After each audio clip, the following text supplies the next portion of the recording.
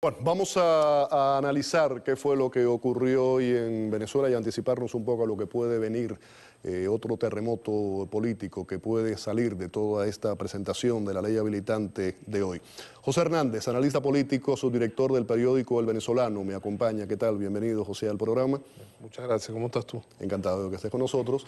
Y vamos a darle las buenas noches a Blanca Rosa Mármol de León. Ella nos acompaña vía Skype desde Caracas, Venezuela. Es ex magistrada emérita del Tribunal Supremo de Justicia de Venezuela. Muy buenas noches.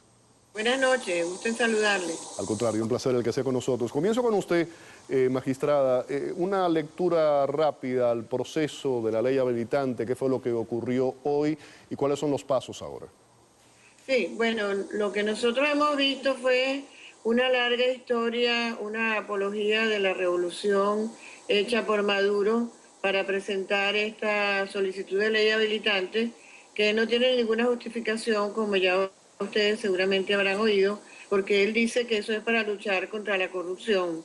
Cuando hay una ley anticorrupción que si no la han hecho valer es porque no tenemos jueces ni tenemos fiscales y ellos son los que mandan en los demás poderes.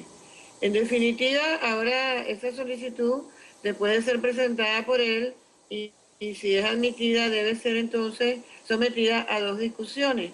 En una primera tiene que decir una exposición de motivos, qué es lo que se persigue, las finalidades, etcétera, y en la segunda discusión sería la aprobación. Ellos han dicho, o se dejó colar, que la aprobarían sin respetar esos lapsos. No lo sabemos, nos enteraremos ahora. Pero lo que decía yo en relación a esto hace un rato es que él no está en condiciones de exigir aprobaciones de ley habilitante alguna, sino que él lo que debería hacer es responder el problema de su nacionalidad, que todavía está por establecer aquí en Venezuela. De una vez contestar si tiene o no doble nacionalidad y por ende puede o no ser presidente de Venezuela. Vamos ahora con José Hernández. Supuestamente, esta ley habilitante es para enfrentar la crisis económica y la corrupción, al menos el oficialismo lo está planteando de esa forma. Sin embargo, esto es una forma de poder abrirse camino en contra de todo aquello que colisiona en contra de los intereses de Maduro, del chavismo, del oficialismo y la progresiva instauración indudable que hay en Venezuela para llegar a un modelo de inspiración cubana. Pero es que yo no sé qué le bloquean. Él tiene todo el poder. Él no tiene ninguna razón para pedir una ley habilitante. Ninguna, la más mínima. ¿Por qué lo está haciendo? Porque quiere acabar de destruir con la Asamblea, que en alguna medida no representa todo el poder para él.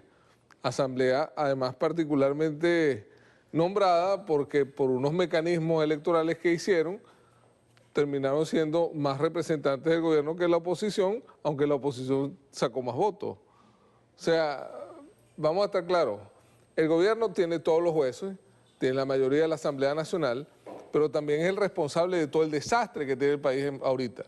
45% de inflación, desabastecimiento total, inseguridad total. Vamos a estar claros, Venezuela es un país donde se mueren un policía a diario, más allá de todos los muertos que hay en las cárceles y todas esas cosas. Es un país que tiene la inflación más alta de todo el hemisferio. Es un país donde el desabastecimiento es brutal, donde tú tienes para conseguir cualquier insumo básico de una familia tarda 5 horas. O sea, esa es la verdad. ¿Para eso necesita una ley habilitante? No, no necesita una ley habilitante. ¿Él puede hacer la ley habilitante? Si él cuenta con los votos, que no sé si los cuenta, pudiera pedirla técnicamente. Pero la verdad, no le hace falta. Le hace falta para luchar contra la corrupción. No, está claro, es un país que acaba de exportar 1,5 toneladas de cocaína en un avión 747 de Air France para París. Y salió del aeropuerto de Maiquetía sin las maletas chequeadas. O sea, ¿es para eso? ¿Acaso no hay tribunales en Venezuela para eso? ¿Acaso no hay fiscalía? ¿Acaso no hay todo un sistema judicial para poder capturar a esa gente? Es un país donde circuló ayer 1 tonelada de cocaína también de alguna manera subrepticia. Entonces, ¿cómo es el tema? Un país que además le regala 200.000 barriles diarios de petróleo entre Cuba y las islas del Caribe.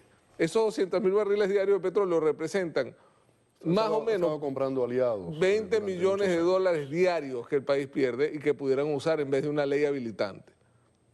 Regreso con usted, exmagistrada, la exmagistrada Mármol de León, que nos acompaña vía Skype desde Caracas, Venezuela. Voy a darle algunos nombres y quisiera que nos pusiera en perspectiva y también que explicar un poco la situación de cada una de estas personas que voy a mencionar, sobre todo para un público que puede haber aquí en el sur de la Florida, que tal vez no esté muy familiarizado con la realidad interna del país de Venezuela. Por ejemplo, el tema de la diputada María Mercedes Aranguren, ese pudiera ser un nombre, el de Richard Mardo, por otra parte, y toda una serie de diputados y una ofensiva que ha habido en contra de la oposición.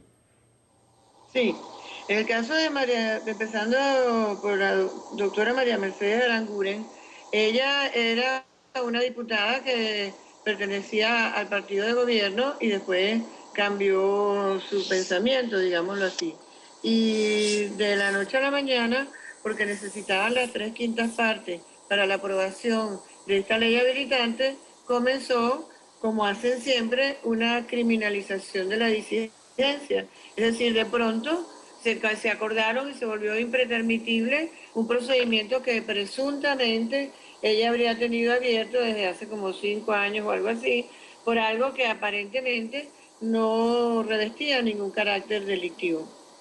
En esas circunstancias se incorporaría en lugar de ella su suplente, que estaría, según oímos, muy dispuesto a darle el voto al planteamiento de Maduro. Con Mardo también se planteó una persecución de esta súbita, la criminalización que hacen ellos de la disidencia, porque para nadie es un secreto que en Venezuela el Poder Judicial se utiliza para perseguir a la disidencia política. Es una herramienta en las manos del gobierno para sacar del campo a todo aquel que vaya en contra de su designio. De manera que vemos claramente cómo se acude a la corrupción para lograr la aprobación de una ley habilitante para combatirla.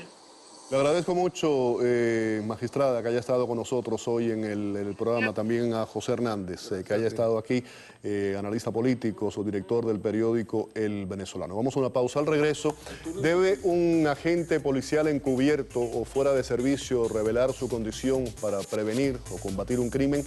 Y más adelante, expertos vaticinan que gracias a los actuales intercambios migratorios podríamos estar llegando al fin del embargo de Estados Unidos hacia Cuba. ¿Es esto una realidad? ¿Es posible? Vamos con el análisis después de la pausa.